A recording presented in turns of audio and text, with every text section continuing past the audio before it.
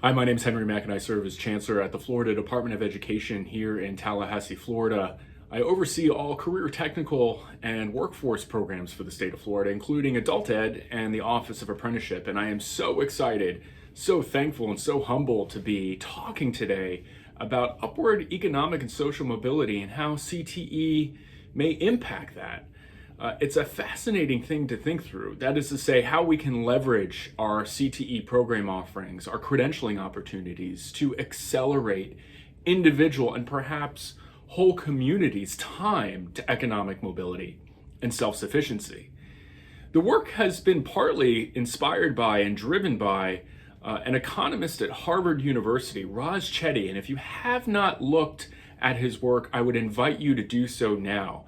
His website, opportunityinsights.org, details the extent to which individuals in zip codes, particular zip codes, and perhaps down now to the census tract level, the extent to which those individuals are moving out of their zip codes or moving to higher levels of economic and social mobility or income, and the impact that education and training has on their mobility.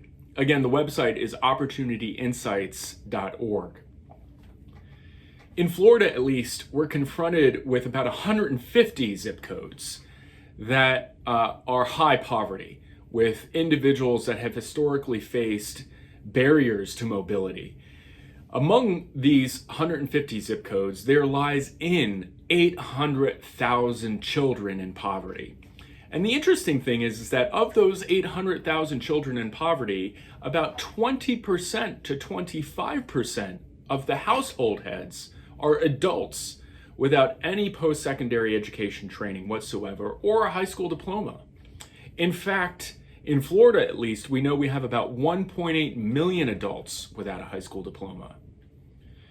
We also know in Florida too, and many it's the case in these particular zip codes, that the adults with low post-secondary education and training are not lacking post-secondary education training merely because they lack a high school diploma. Many of these adults, in fact about 3 million of them, are barely literate, functioning at or below the lowest levels of literacy and numeracy. Dare I say, we have a crisis. That is to say, a crisis surrounding adult education and adult learning, and how we are targeting and intentionally engaging individuals in high quality, high value credentialing attainment, a credentialing program that we know can lead to economic self-sufficiency. In Florida, and perhaps in other states such as your own, career and technical education has always sort of been looked down upon as an alternative pathway to traditional university. That is to say, a lesser than pathway, namely a pathway for those that were not as academically adept or cut out. And that's unfortunate.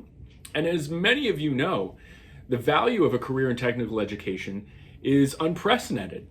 And thanks to our Governor Ron DeSantis, and our Commissioner, we launched in September a statewide outreach and recruitment campaign called Get There Florida.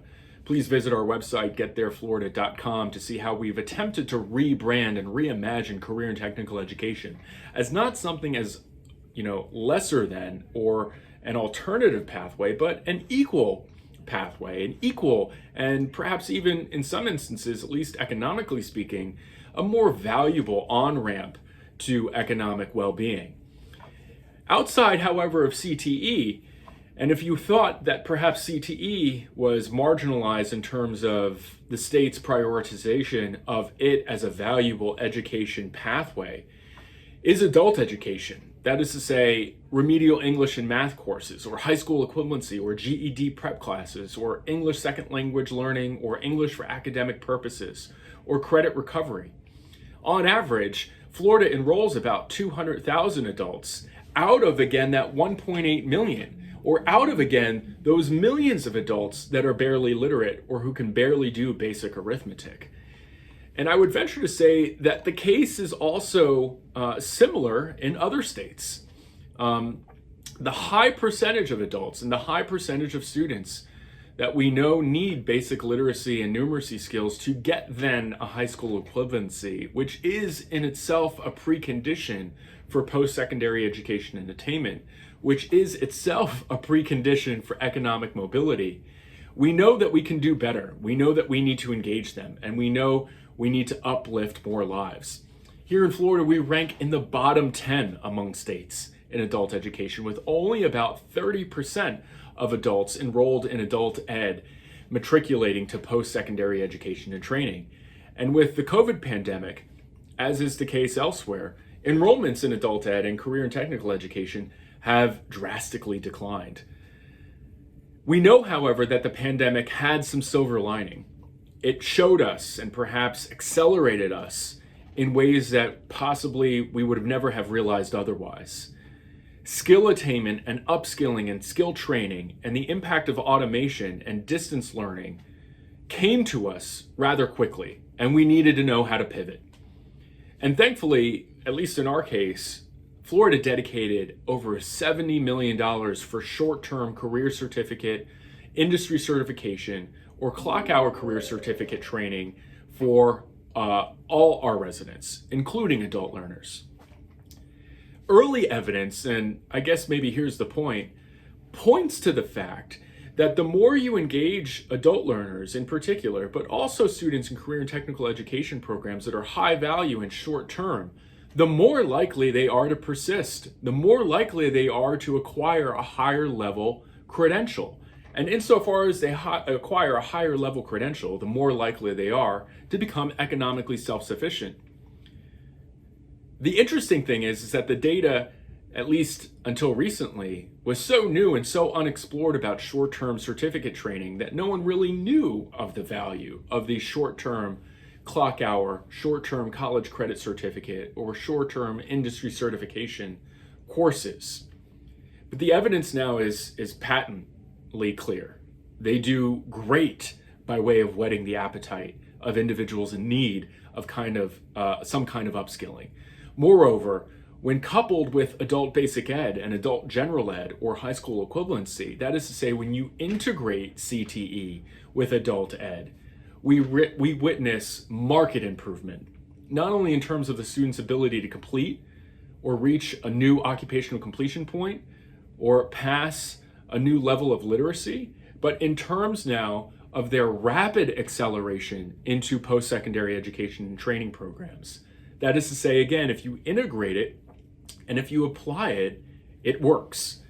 And this is super exciting, knowing, again, the barriers that many of our communities face around economic mobility and social mobility and achieving self-sufficiency. Again, if you haven't visited the website Opportunity Insights, it's a fascinating data analytics tool dashboard that shows you by particular zip code how well we are doing in terms of helping individuals access post-secondary training to get themselves on their way to a mid to high wage, life-sustaining wage occupation. And this data has informed our decisions about those kinds of credentialing programs that Florida has prioritized. Interestingly, in Florida, we have a pretty decent track record of prioritizing CTE through our CAPE list. That is to say, massive amounts of incentive funding from the state to achieve industry certifications, both at the K-12 level, but also at the post-secondary level. In a recent bill, House Bill 1507, we kick it up a notch, if you will. That is to say, not only are we incenting industry certification attainment, we want to know of those programs or of those credentialing programs, what programs are more likely to accelerate an individual's time to economic self-sufficiency, even after you account for the loss of social service benefits, even if you have to account for other factors like food stamps, etc., and their adjusted gross income. That is to say, how can you map their income earnings as well as the social service benefits that they were on, together with student level record data, to then picture out the performance of a particular program and how well that program is performing by way of getting students jobs in occupations that get them to a transformative, economically self-sufficient state. Naturally, that proposition is very complex and involves interagency data share agreements, as well as thinking through critically how we are talking about value, at least in the context of a post-secondary education credentialing program. Value here, and defining what a valuable credential is again a sensitive and very political, but I think worthwhile proposition to entertain. In a democracy, we know that we need to help those in need if the democracy is going to survive. We need to uplift all lives. We need to care for those and engage those that have historically and systemically faced barriers to education and employment and training. And we need to do it carefully with the utmost caution and care to encourage them and to promote and to incentivize enrollment in credentialing programs that have the highest likelihood of getting individuals to that family sustaining wage. And so value here has real meaning and has real impact. And so Florida now is thinking through a new framework for how it defines a credential of value, both in terms of certain economic measures tied to higher wage thresholds, but also, I think, more cutting edge, and perhaps most interestingly, how does a credential stack up into a higher degree? That is to say, how do we measure the value of stackability? How do we measure the value of pathway programs? And within pathway programs too, we're wondering about the social utility of certain credentialing programs and how that then squares with economic measures for determining value.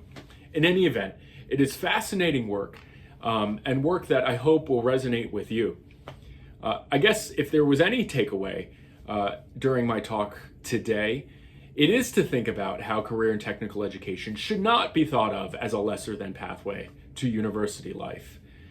It is also yet to appreciate how career and technical certifications and short-term credentialing programs not only whet appetites for higher degree attainment, but also how we should not think that those are sufficient for individuals. In other words, despite now the emphasis on skill attainment, despite now the emphasis perhaps in your states on career and technical education, and despite now the emphasis on how much CTE matters, we shouldn't think that that credential or that certificate program is sufficient for the individual. In other words, we don't want to exacerbate divides between certain populations and the kinds of degrees or credentials that they earn. When we know, in reality, at least in Florida too, businesses and new job opportunities are trending still to those with a degree. We know as a result of the COVID pandemic that those that were most likely impacted, laid off, furloughed, were the undereducated, those that had no post-secondary degree or less. In other words, the degree still matters. And it matters not just for economic reasons or social mobility reasons. It matters, again, for the sake of our democracy, I think. Well-educated citizens, informed citizens, citizens who are exposed to meaningful conversations about common good, virtue, morality, or deep political questions about how society should be structured, and the kind of community and engagement that a higher education cultivates is inherently valuable. I guess what I'm trying to say is that we don't want to overemphasize CTE at the expense of higher education, nor do we want to think of higher education or the university trajectory as the only thing that can accelerate an individual's time to economic well-being and self-sufficiency. It can be a both-and proposition, truthfully, at the end of the day. And that's the exciting thing about the future of CTE, about the future of workforce education and training, and about how we're all working collectively to address these particular zip codes, to uplift lives for these individuals, and to rethink how a higher education can be delivered and structured outside the walls of the campus, and perhaps into the community churches, perhaps into the YMCAs, perhaps into the United Ways or into the urban leagues, and how we are partnering up with these community and faith-based organizations to deliver high quality credentials of value programs for those individuals that need it the most. Again, if you're looking for any more information or would like to talk more about how CTE can be a mechanism for social and economic mobility, please don't hesitate to contact me, henry.mack@fldoe.org. And it's been my honor and pleasure, and I look forward to any Q&As or questions that you might have of me or the work here happening in Florida. Thank you for your commitment to CTE, and we'll talk soon.